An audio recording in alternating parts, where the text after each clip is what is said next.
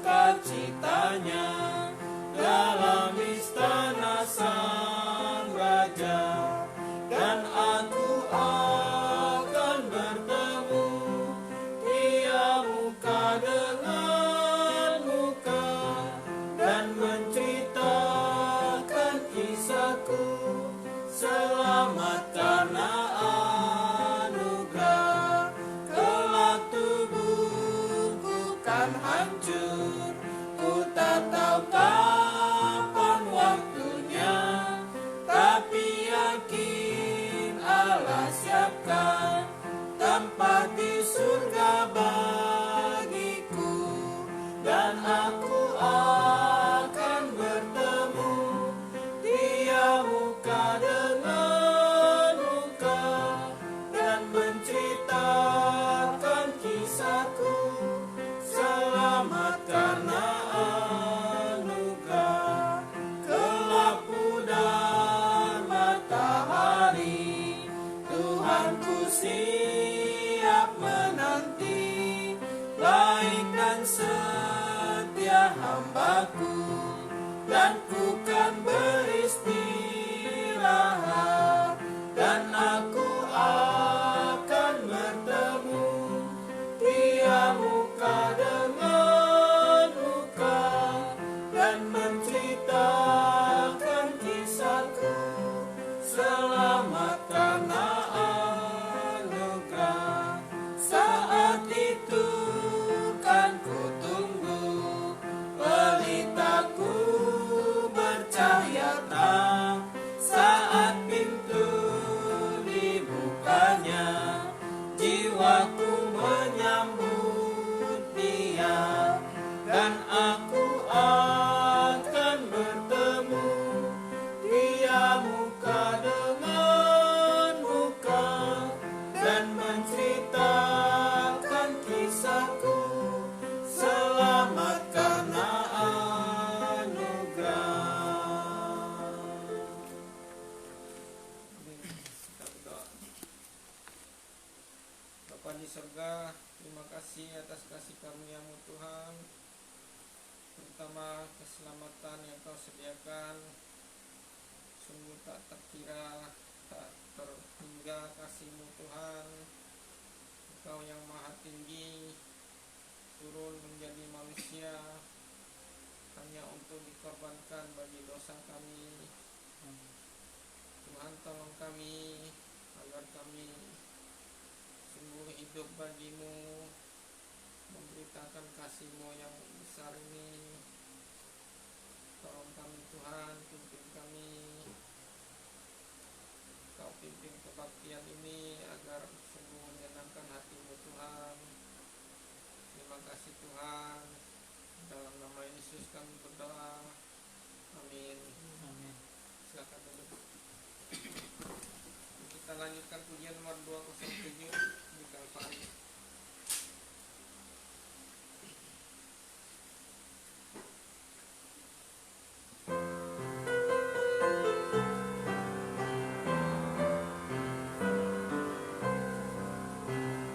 Apa sombong hidupku dulu, tak hancur tersalib Tuhanku, tak sadar yang mati bagiku di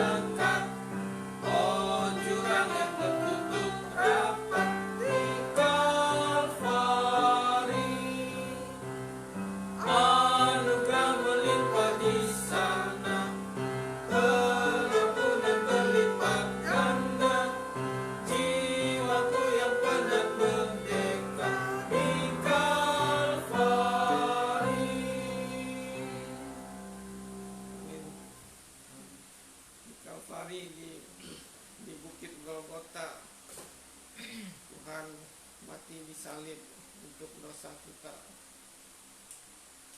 Kita baca firman Tuhan dari kitab Roma 5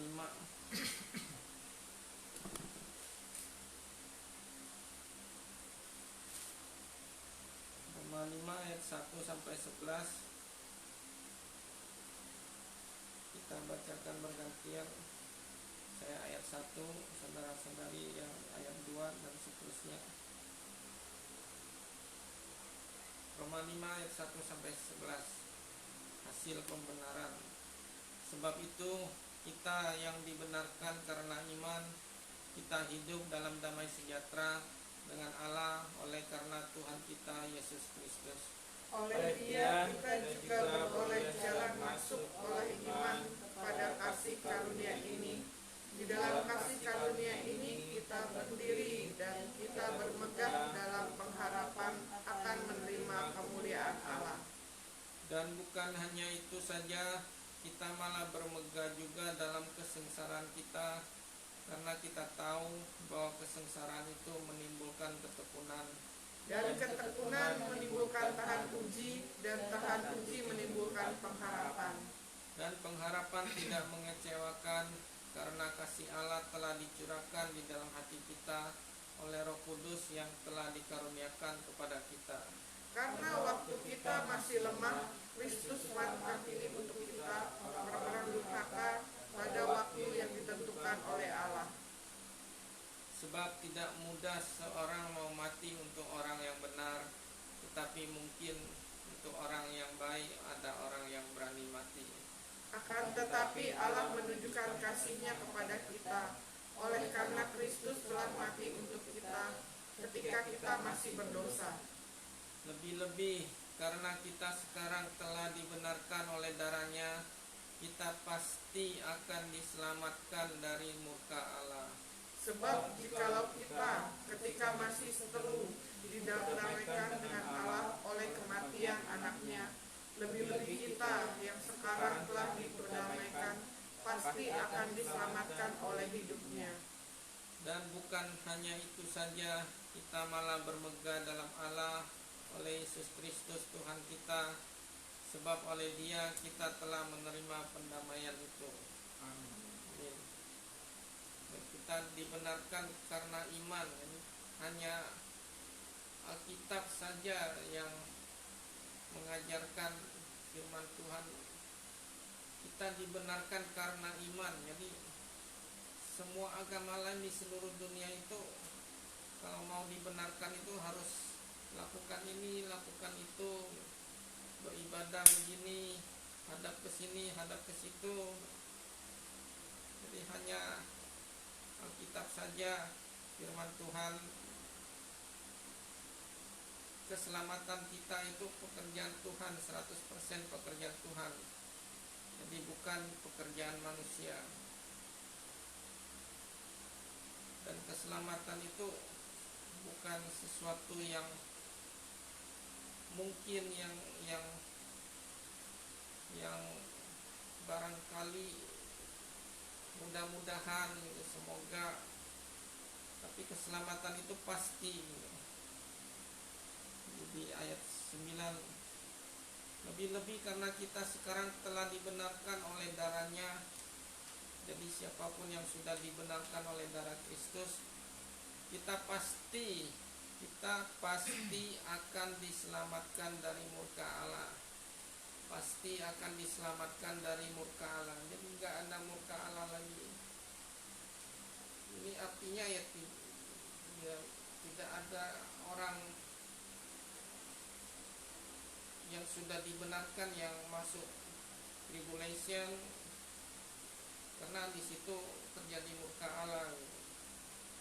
Dan ini juga berarti tidak ada api penyucian, karena kita pasti diselamatkan. Jadi nggak perlu kita dicuci lagi, kita sudah bersih oleh darah Kristus. Baik, kita lanjutkan ujian nomor 208. Surga turun penuhi jiwaku.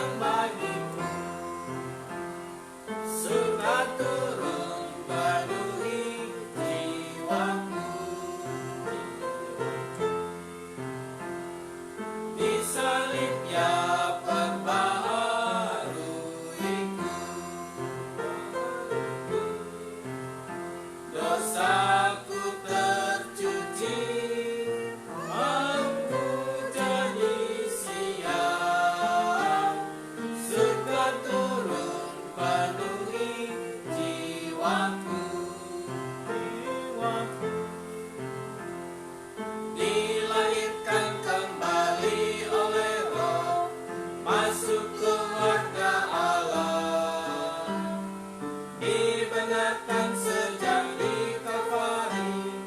Oh berkat yang terindah, transaksinya sekejap mataku ketika ku bertobat dan menerima kasih karunia-Nya yang selamatkan ku dunia. Surga turun penuhi jiwaku, di salibnya perbaharuiku, dosaku tercuci, malamku jadi siang. Surga turun penuhi jiwaku. Sekarang pengharapanku miliki, tak pudar oleh waktu.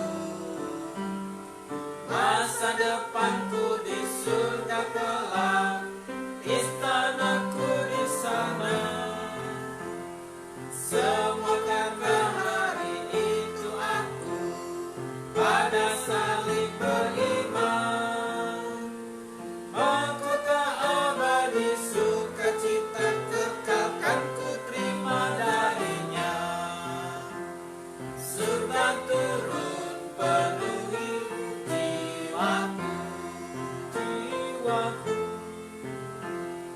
di salibnya perbaharuiku, dosaku tercuci, malamku jadi siang.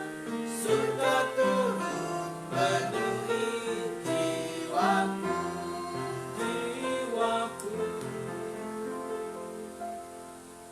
Amin. Dilahirkan kembali oleh Roh. Pada saat orang dilahirkan kembali, dia masuk keluarga Allah, dibenarkan dalam salib Yesus Kristus. Oke, sebelum kita dengarkan uraian firman Tuhan, kita nyanyikan pujian nomor 209, Mata Air Kehidupan.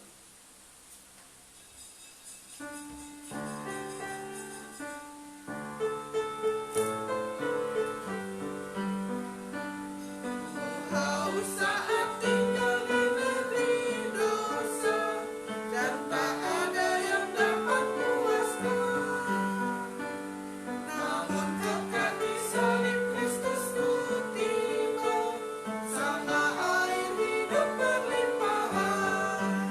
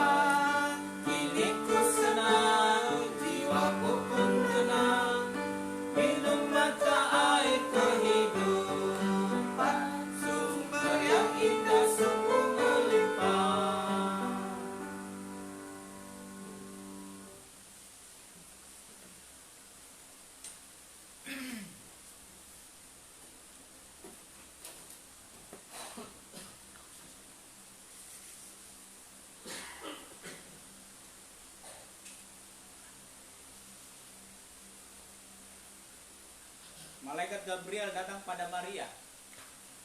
Dia berkata, salam bagimu. Salam bagimu jemaat-jemaat sekalian. Puji Tuhan, pada malam hari ini, pagi hari ini, agak mendung ya, agak mendung dan dingin. Oke. Mari kita buka firman Tuhan. Dan saya harap bahkan sekelas OD pun harus paham. Karena apalah arti sebuah penjelasan informasi jikalau tidak dipahaminya. Mari kita buka firman Tuhan dari Roma 3 ayat 23. Roma 3 ayat 23. Firman Tuhan hari ini bicara mengenai tema jangan menjadi orang Kristen karena alasan yang salah. Jangan menjadi orang Kristen karena alasan yang salah. Jadi pengikut Kristus harus benar alasannya. Nah, kita akan lihat banyak sekali ada alasan-alasan yang tidak benar menurut Alkitab. Roma 3:23 kita berdiri bersama-sama dan kita membacakannya.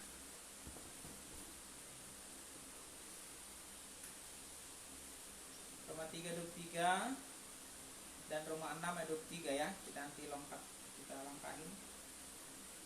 2, 3, iya.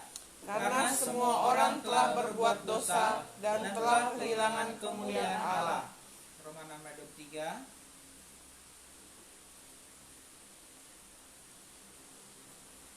Dua, tiga, ya. Sebab upah dosa ialah maut, tetapi karunia Allah ialah hidup yang kekal dalam Kristus Yesus Tuhan kita. Amin. Kita berdoa. Tuhan yang di surga, terima kasih untuk semua anugerah, kasih sayang, pengorbanan-Mu kepada kami ya Tuhan. Ketika kami masih berdosa, bahkan sebelum kami lahir, Tuhan sudah mati untuk kami. Tuhan, tolong hati kami boleh menyadari hal itu tiap-tiap waktu, agar kami bertindak hati-hati dalam jalan-jalan kehidupan kami, agar ego kami ya Tuhan, boleh kami singkirkan, dan kami boleh melakukan apa yang Tuhan inginkan dalam hidup kami. Biar kami berjalan dalam terang-Mu ketika kami mengetahui bahwa Tuhan kami telah mati untuk kami. Terima kasih untuk semuanya itu, buat kami memahami firman-Mu yang akan kami dengarkan pada pagi hari ini. Berfirmanlah kepada tiap-tiap kami ya Tuhan. Berbicaralah kepada setiap pikiran dan hati kami sekalian. Roh Kudus, berkati firman-Mu, berkati kami sekalian. Di dalam nama Tuhan Yesus kami berdoa. Amin. Silakan duduk saudari. Baik. Jadi hari ini bicara mengenai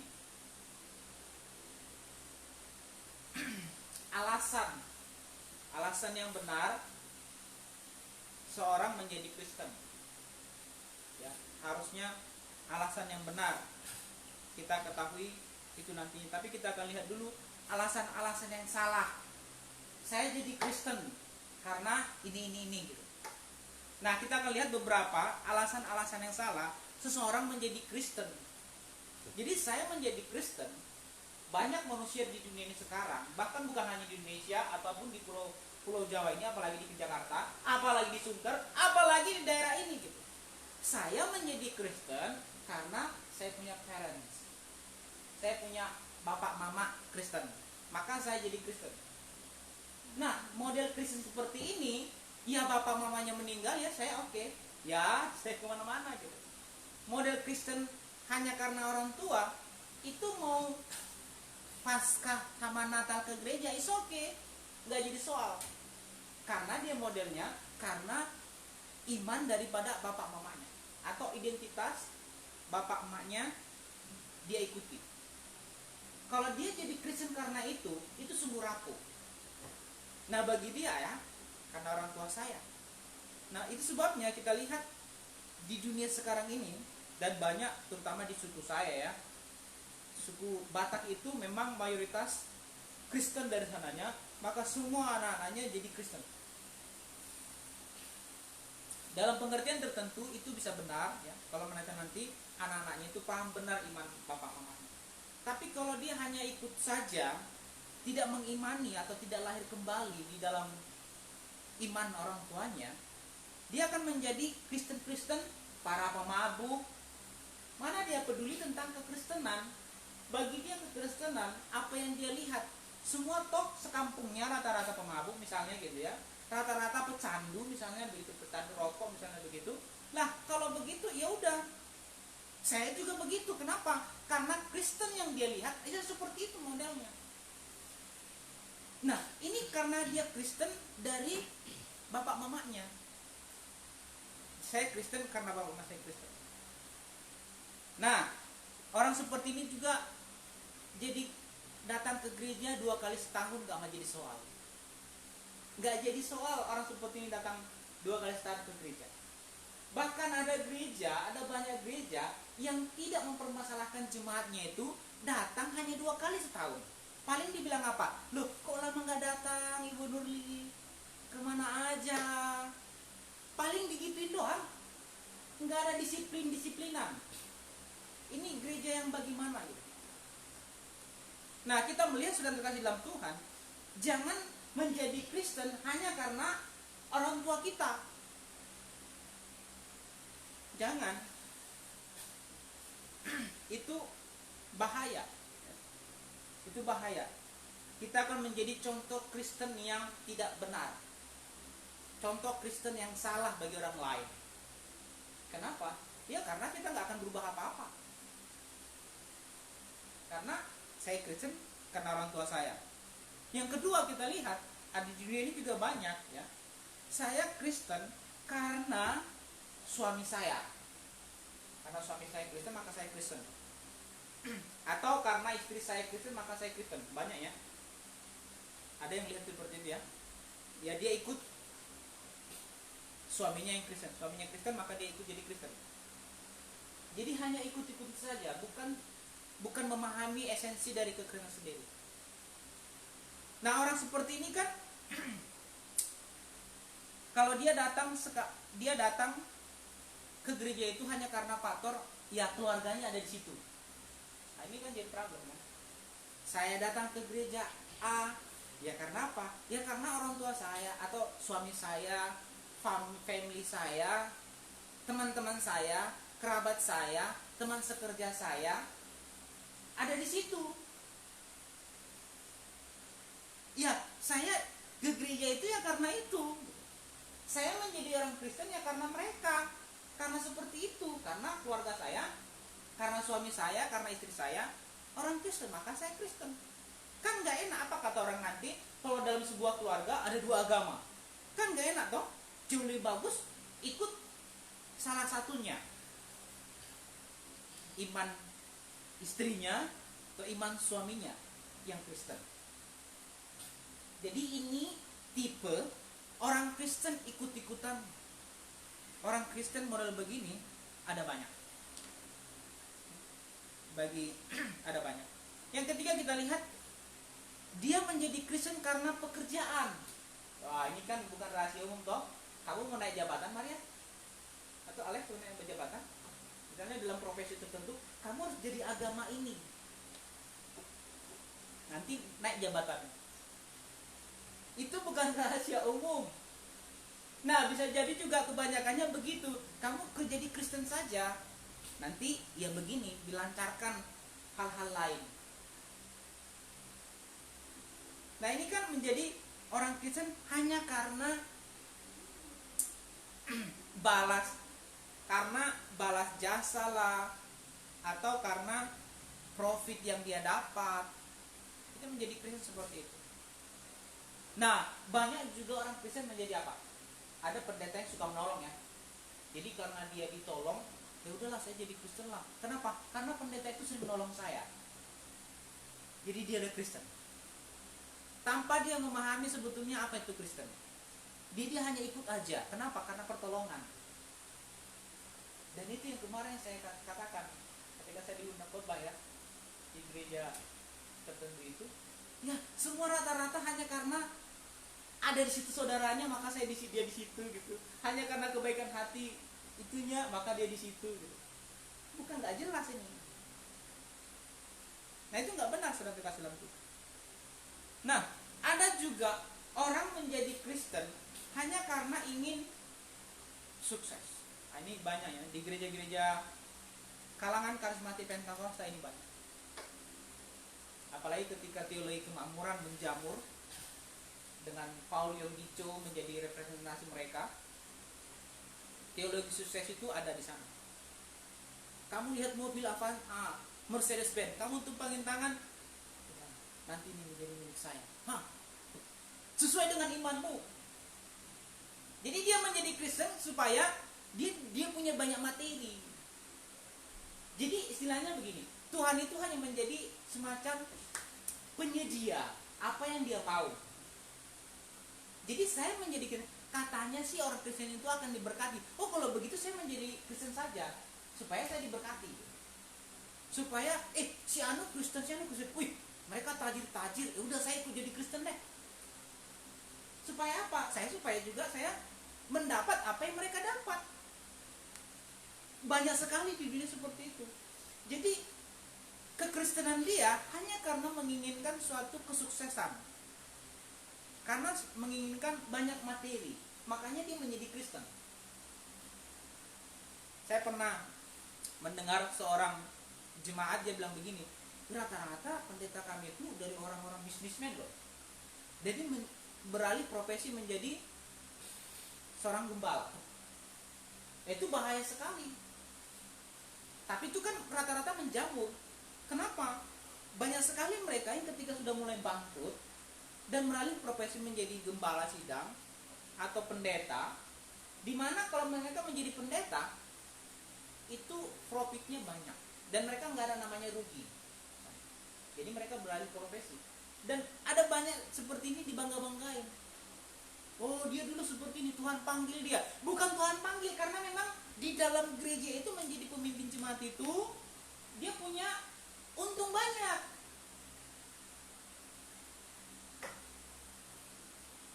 Nah ini orang Kristen, orang menjadi Kristen karena ingin sukses, itu salah sekali. Nggak ada begitu dalam Alkitab.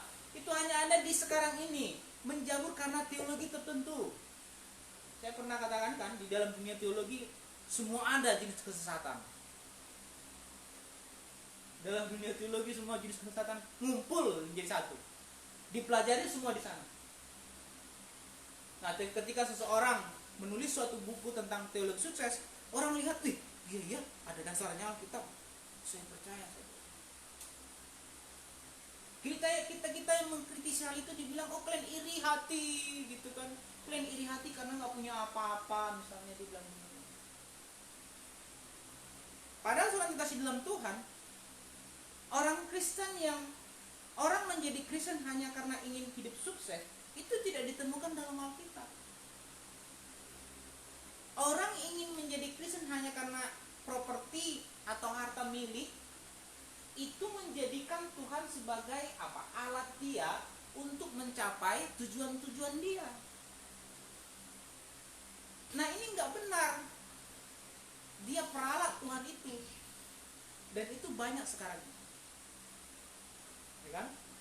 Nah orang seperti ini kan ketika misalnya dia diterpa oleh angin pencobaan, apalagi ketika misalnya jatuh begitu, dia langsung bertanya, kenapa surga tidak bersuara ketika saya begini? Di mana Tuhan ketika saya begini?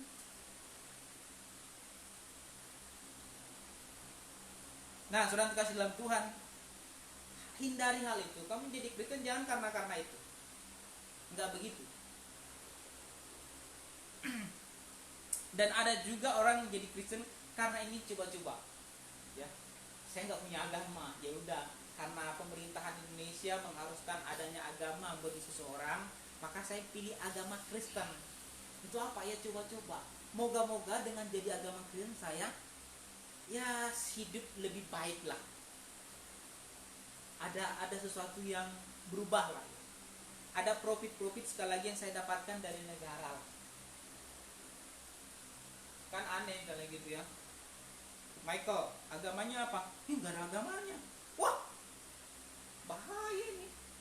Secara negara bahaya nih. Jadi karena supaya dia tidak menjadi semacam tidak berbahaya bagi negara, dia buatlah agamanya Kristen saja deh. Jadi ini jadi Kristen hanya karena ingin coba-coba, hanya karena legal dari negara. Ini tidak benar. Ini alasan yang salah menjadi orang Kristen. Kita lihat tadi ya, alasan yang pertama, karena bapak mamanya jadi Kristen maka dia Kristen. Karena suami istrinya Kristen dia menjadi Kristen. Itu salah. Lagi, karena dianggap karena ingin sukses dia menjadi Kristen. Karena ingin coba-coba. Karena negara mengharuskan orang beragama maka dia beragama. Dan dia milik Kristen. Saudara kekasih dalam Tuhan, ini alasan-alasan yang tidak ada dalam Alkitab. Jadi kalau kau jadi Kristen, jangan karena bapak mamanya Kristen. Kau harus paham apa itu kekristenan. Ngapain ikut bapak mak? Kalau nanti mereka Tuhan panggil berdua, karena imanmu hanya karena berdasarkan bapak mama, ya udah. Cuci kau tahu apa? Ya udah terserah mereka gitu. Nggak penting. Ya udah menjadi kepercayaan yang lain saja. Kalau mendasarkan imannya atau kekristenannya itu berdasarkan apa yang dianut bapak mamanya tanpa memahami sesungguhnya kenapa dia jadi Kristen. Nah, kita lihat yang alasan yang benar dari Alkitab kenapa kita menjadi seorang Kristen. Seorang Kristen itu artinya pengikut Kristus. Kristus kecil di Antioquia disebut namanya mereka Kristen. Dan saudara kasih dalam Tuhan, nama Kristen itu disebut di Antioquia itu nama ejekan sebetulnya. Kristus kecil. Pengikut Kristus. Nah, dari nama ejekan itu menjadi nama identitas orang percaya sampai sekarang.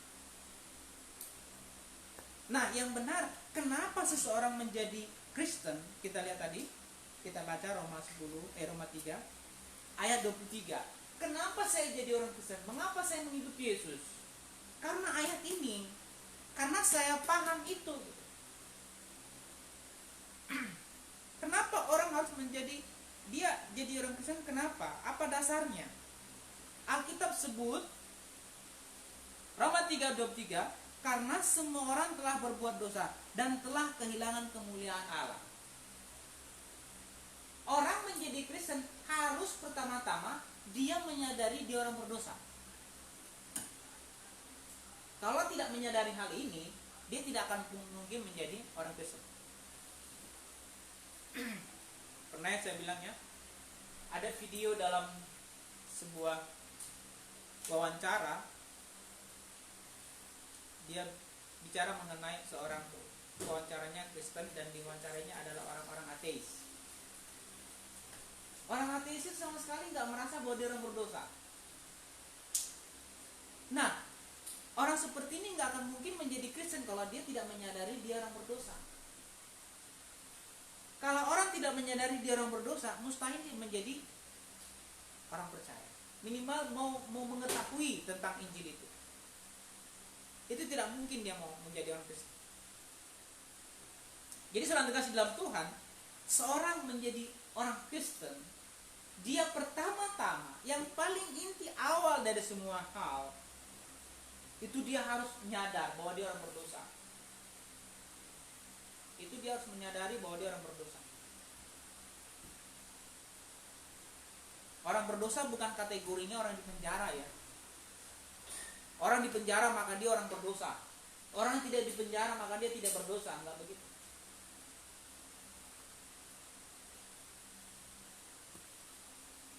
Jadi yang pertama kita melihat orang harus mengakui bahwa dia orang berdosa. Baru nanti dia akan melangkah sedikit lagi menjadi orang Kristen. tanpa itu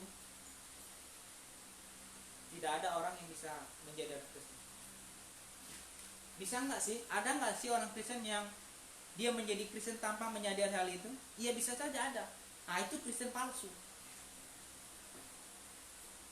Dia tidak menyadari bahwa dia orang berdosa, lalu kelucu-kelucu dia menjadi orang Kristen. Kenapa? Karena dia ingin hanya coba-coba. Saya ingin coba menjadi orang Kristen deh. Kira-kira apa yang berubah? Dia coba-coba. Saya ingin pernah mendengar istilah, saya ingin mencoba Yesus. Saya ingin mencoba Yesus. Jadi saya mau percaya dulu sama dia. Jadi saya mau hitung-hitungan apa yang terjadi. Kalau nanti saya untung, maka baguslah, saya tetap ikut dia.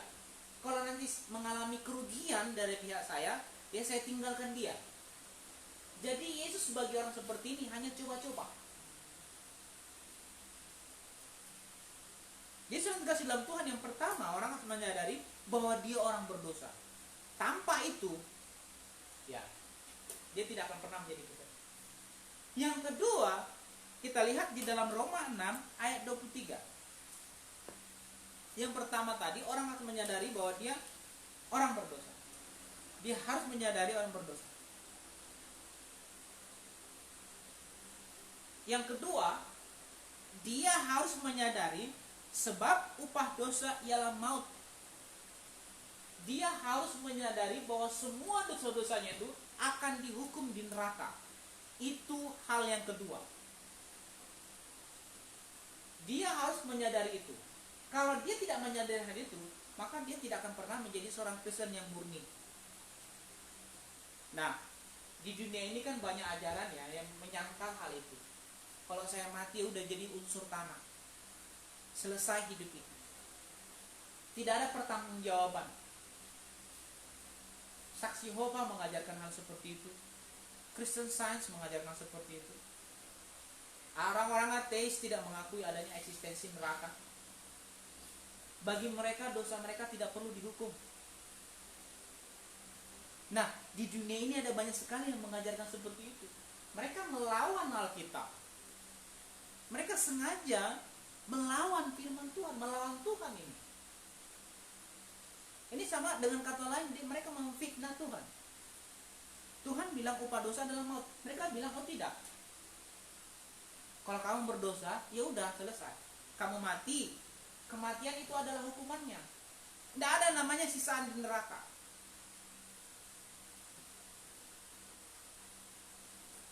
Nah, sudah dikasih dalam Tuhan yang pertama tadi, dia harus menyadari bahwa dia orang berdosa. No. Yang ketawa ketiwi ya. Yang kedua kita lihat, jadi yang kedua, dia harus menyadari bahwa dia orang berdosa. Nah, dosa itu harus dihukum di neraka. Orang itu harus tahu itu. Kalau orang itu nggak tahu, dia akan nggak mungkin menjadi orang Kristen. Nah, sudah dikasih dalam Tuhan itu yang kedua. Yang ketiga, dia harus tahu Yesus hanya darah Kristus yang dapat menghapus dosa. Itu hanya 3 poin. Dia harus mengetahui dan percaya bahwa hanya darah Yesus yang dapat menghapus dosa. Ada banyak di sini ajaran-ajaran, nanti perbuatan baikmu itu bisa mengurangi dosa-dosamu, perbuatan baikmu itu bisa menghapus dosamu. Ya. Kamu percaya kepada agama tertentu bisa menghapus dosamu. Kamu percaya kepada gereja tertentu bisa masuk surga nanti. Ini semua ajaran-ajaran yang omong kosong. Ini ajaran nenek moyang. Ajaran turun-temurun. Itu semua tidak benar. Alkitab berkata, dosa hanya dapat dihapus oleh darah Kristus Yesus. Untuk zaman sekarang kan seperti konsep yang aneh. Bagaimana mungkin? Dengan maraknya teologi-teologi liberal, semua yang lain-lain. Bagaimana mungkin darah Kristus Yesus menghapus dosa? Mereka tidak mau percaya. Tapi Tuhan berkata, hanya darah Kristus Yesus yang dapat menghapus dosa. Yang lain tidak ada. bukan masuk dalam, atau misalnya ke gereja kita masuk dia jadi selamat, enggak ya. Tidak ada keselamatan dalam gereja baptis Alkitabiah ini. Tidak ada keselamatan. Keselamatan hanya dalam Kristus Yesus. Nah, kita lihat beberapa pernyataan Tuhan Yesus. Di dalam Matius 13 ayat 41-42. Michael tolong baca kuat.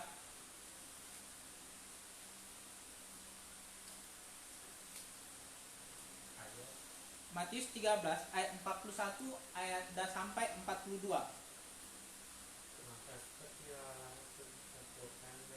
Matius 13. Ayat 3 pasal 13 Matius 13 ayat 41 sampai 42. Anak manusia menunggu malaikat-malaikatnya dan mereka akan mengumpulkan segala sesuatu, menyelesaikan dan semua orang yang melakukan kejahatan dari dalam kerajaannya. Semuanya akan dicampakkan ke dalam batu api, di sana akan terdapat ratapan dan sepatnya. Iya. Saudara kasih dalam Tuhan, Tuhan bilang dari dalam kerajaannya. Kerajaan Allah itu mencakup segala sesuatu yang ada. Kerajaan Allah itu mencakup seluruh ciptaan. Dan itu sudah dimulai sejak segala sesuatu ada. Tuhan bilang semua orang yang melakukan kejahatan di dalam kerajaannya. Berarti sejak Adam dan Hawa. Bahkan masuk cakupannya di sini adalah para malaikat. Semua yang melakukan kejahatan akan dicampakkan ke dalam dapur api. Itu literal. Dapur api itu sama dengan neraka. Di sanalah akan terdapat ratapan. Ratapan yang sangat sedih, menyedihkan. Di mana tidak ada damai dalam hati. 2-3 hari yang lalu Wahyu dia ada curhat di WA. Dia kan seorang atlet. Dia bilang, saya ingin seperti anak-anak lain diperhatikan oleh orang tuanya. Dia bilang dia berasal dari keluarga yang broken home. Untuk apa semua pencapaian yang ingin saya raih di bulat itu? Untuk apa semua itu kalau hanya untuk diri saya? Dia seperti kosong, nggak ada apa-apa. Sehingga dia curhat panjang lebar, kita sebagai pendengar aja. Dia mau tuangkan semua. Seperti kosong hidupnya. Kenapa? Karena dia juga terombang-ambing akan keyakinannya antara Kristen dengan Islam. Bapaknya, mamanya atau bapaknya yang Kristen. Dia terombang-ambing. Di mana dia berdiri?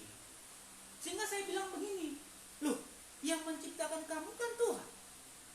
Tentu Tuhan yang tahu tujuan kamu dia letakkan di dunia ini.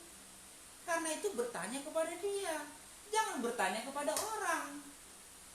Jangan bertanya kepada semua keinginan-keinginan pribadi. Bertanyalah kepada penciptamu, kenapa engkau diadakan di dunia ini. Biasa kan begitu anak remaja ya. Seperti jati dirinya itu masih terombang-ambing. Kurang kasih sayang dari orang tua. Justru yang terkasih dalam Tuhan, Alkitab berkata di dapur api itu ada ratapan. Itu meratap pakai air mata. Dan bukan hanya masalah air mata, tapi kesedihan yang sangat sedih. Rahel, waktu Herodes bunuh semua anak-anak di Yerusalem, anak-anaknya mati. Berarti bukan hanya satu anaknya yang mati, lebih dari satu. Sehingga dia tidak mau dihibur. Kenapa? Karena saking pedihnya hatinya, matinya anaknya. Nah, kematian bisa membuat kita sangat pedih hati. Kepedihan hati seperti itu melebihi kalau kita di neraka. Ratapannya tidak akan pernah berakhir. Orang berkata Tuhan tidak adil. Oh, jelas itu keadilan Tuhan. Semua mulut akan terbungkam nanti suatu kala. Tidak ada mulut yang bisa berkata bahwa Tuhan tidak adil. Tidak ada manusia yang bisa berkata, oh Tuhan, Engkau tidak adil. Karena Dia Sang Maha Adil. Dia sudah peringatkan sejak Alkitab dibuat. Ada hukuman terhadap dosa. Anak-anak manusia tidak begitu bergeming terhadap hal ini. Bagi mereka, itu itu lelucon. Tapi Tuhan Yesus berkata, ada ratapan dan kertakan gigi di sana. Ada kesengsaraan yang sangat menderita di sana. Kenapa Tuhan Yesus datang ke dunia ini? Untuk menghindarkan semua manusia dari dapur api itu. Untuk membawa manusia dari dapur api itu. Tapi berapa banyak orang yang menyadari hal itu? Tadi, masalah menyadari dosa aja, nggak semua orang mau menyadari dosa-dosanya. Apalagi yang kedua, hanya oleh darah Kristus dapat menghapus dosa. Tidak, ada banyak keyakinan mereka. Bisa menghapus dosa amal, bisa menghapus dosanya karena ke gereja A, bisa menghapus dosanya karena ke agama A, bisa menghapus dosa karena apa yang lain-lain. Mereka nggak percaya hanya darah Kristus Yesus. Apalagi bicara mengenai Yesus juru selamat dunia.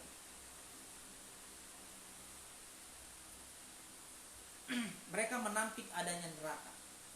Tapi Tuhan Yesus berkata ada neraka itu. Sekali lagi Matius 10 ayat 28, Alex. Matius 10 ayat 28.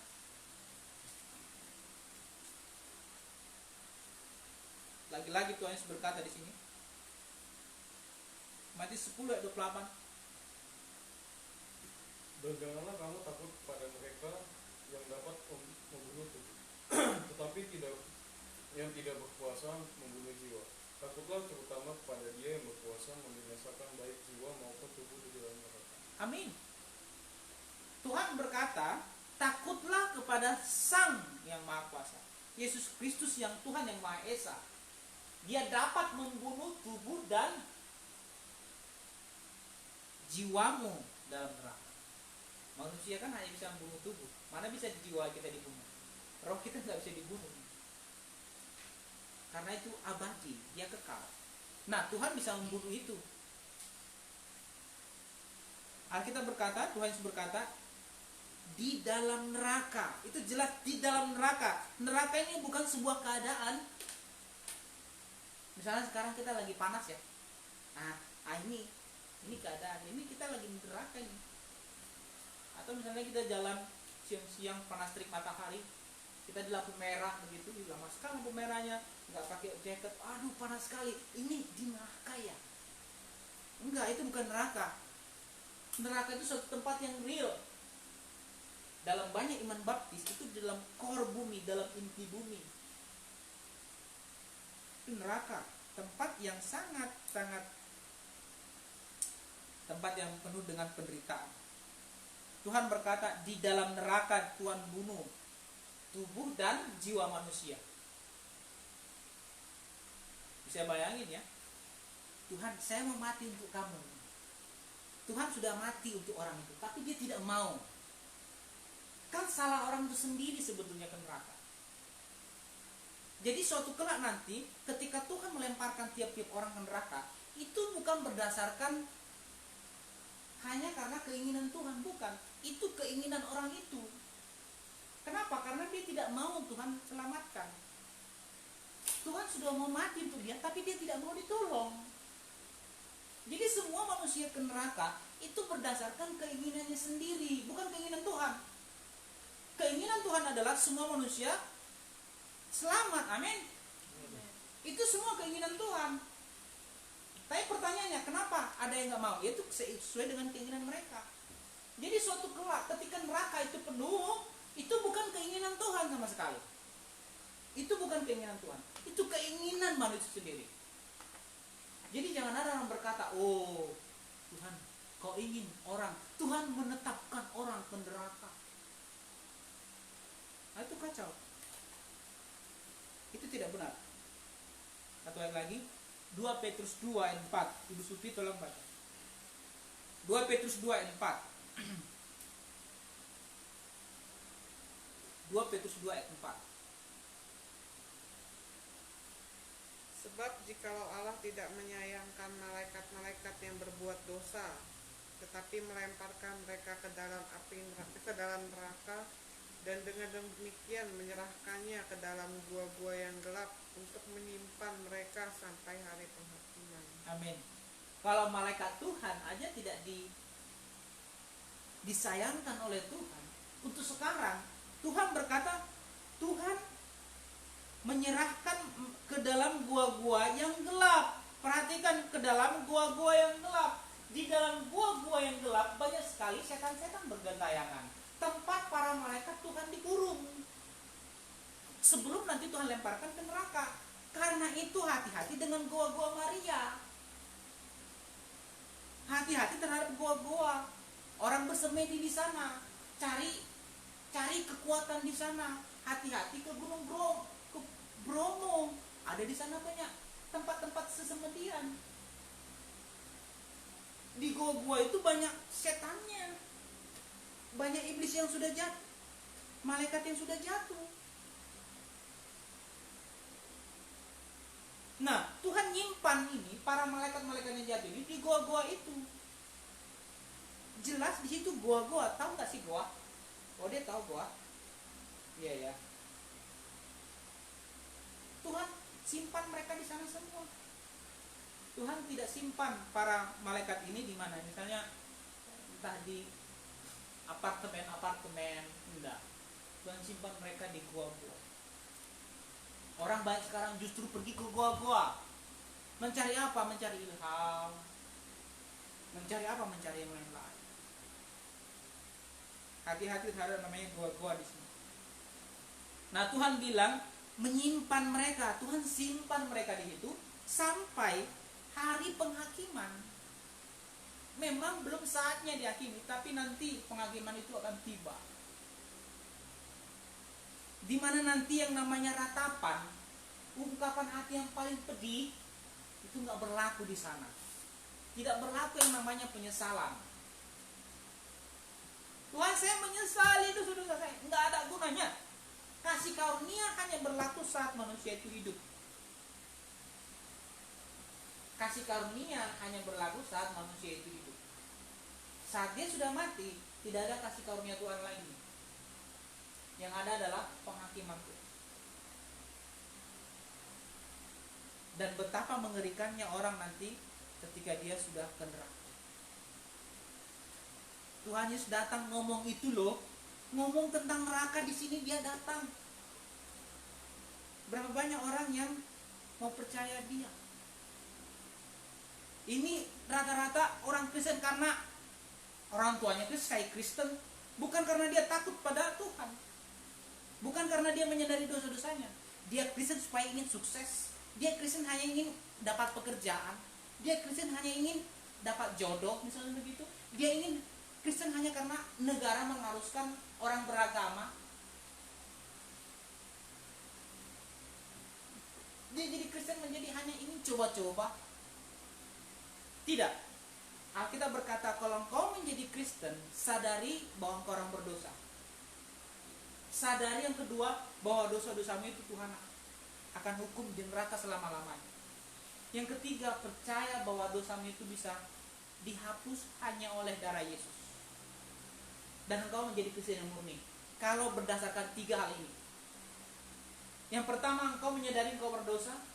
Yang kedua, engkau menyadari bahwa dosamu itu Tuhan hukum di neraka selama-lamanya. Yang ketiga, engkau menyadari bahwa dosa itu hanya dapat dihapus oleh darah Kristus Yesus. Tanpa ketiga hal ini, alasanmu menjadi Kristen itu omong kosong. Alasan menjadi Kristen itu sia-sia, nggak ada guna. Mari kita bangun berdiri. Kita baca sekali lagi firman Tuhan dalam Roma 6 ayat 23.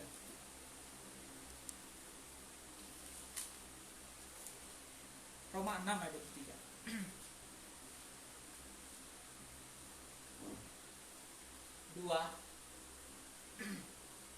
Roma 6 ayat 23. 2, 3, ya. Sebab upah dosa ialah maut, tapi karunia Allah ialah hidup yang kekal dalam Kristus Yesus Tuhan kita. Amin. Mari kita tundukkan kepala. Saudara terkasih dalam Tuhan, apapun alasanmu yang menyentuh hati, itu tidak berkenan di hadapan Tuhan jikalau bukan karena ketiga kriteria itu. Kau menjadi pengikut Kristus hanya harus berdasarkan ketiga kriteria itu. Bahwa engkau menyadari bahwa engkau orang berdosa. Yang kedua, engkau menyadari bahwa dosamu pasti Tuhan hukum di neraka selama-lamanya. Yang ketiga, engkau tahu bahwa hanya darah Kristus Yesus yang dapat memadamkan api itu, yang dapat menyucikan dosa-dosa. Maka engkau menjadi orang Kristen yang sejati, orang Kristen yang lurus di hadapan Tuhan, orang Kristen yang sesuai dengan firman Tuhan. Jangan menjadi orang Kristen karena orang tuamu, jangan menjadi orang Kristen karena usaha, ingin sukses, mencoba-coba Tuhan, atau karena negara ini mengharuskan orang beragama. Jangan turuti hal itu. Jadi orang Kristen sesuai dengan firman Tuhan. Karena Tuhan berkata, Tuhan akan lemparkan tiap-tiap orang ke tempat yang tidak ada belas kasihan. Dan semua orang yang di neraka adalah oleh karena keinginan orang itu, bukan keinginan Tuhan. Keinginan Tuhan adalah semua orang diselamatkan. Mari coba cek hatimu. Tuhan, sungguhkah saya sudah di dalam Engkau? Sungguhkah saya sudah di dalam Tuhan? Atau selama ini saya hanya sekedar Kristen-Kristen saja, tanpa memahami saya esensinya jadi Kristen. Inti saya jadi Kristen saya tidak tahu. Saya tidak tahu siapa yang saya percaya.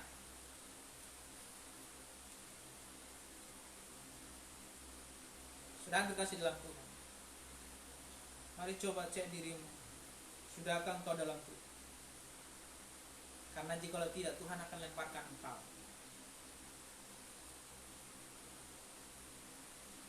Jangan berpikir bahwa kasih karunia Tuhan berlaku selama-lamanya. Kasih karunia Tuhan berlaku hanya saat engkau masih hidup. Tuhan yang di surga, terima kasih untuk firman-Mu. Tuhan, kami menyadari bahwa kami orang berdosa yang seharusnya dihukum di neraka.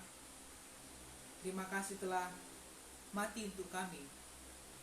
Terima kasih telah mencurahkan darah-Mu sebagai penembusan dosa-dosa kami. Ya Tuhan, terima kasih untuk semuanya itu. Engkau yang mengetahui setiap kami yang ada di sini ya Tuhan. Engkau kiranya melahirkan kembali siapa-siapa yang belum dilahirkan kembali. Kalau Roh Kudus jamah hati, pikiran. Terima kasih Bapa langsung. Atau kelak kami ingin semua kami yang ada di sini bersama-sama dengan Tuhan di dalam kekekalan, dalam surga-Mu yang mulia. Terima kasih ya Tuhan. Terima kasih. Dalam nama Tuhan Yesus kami berdoa. Amin. Akan duduk.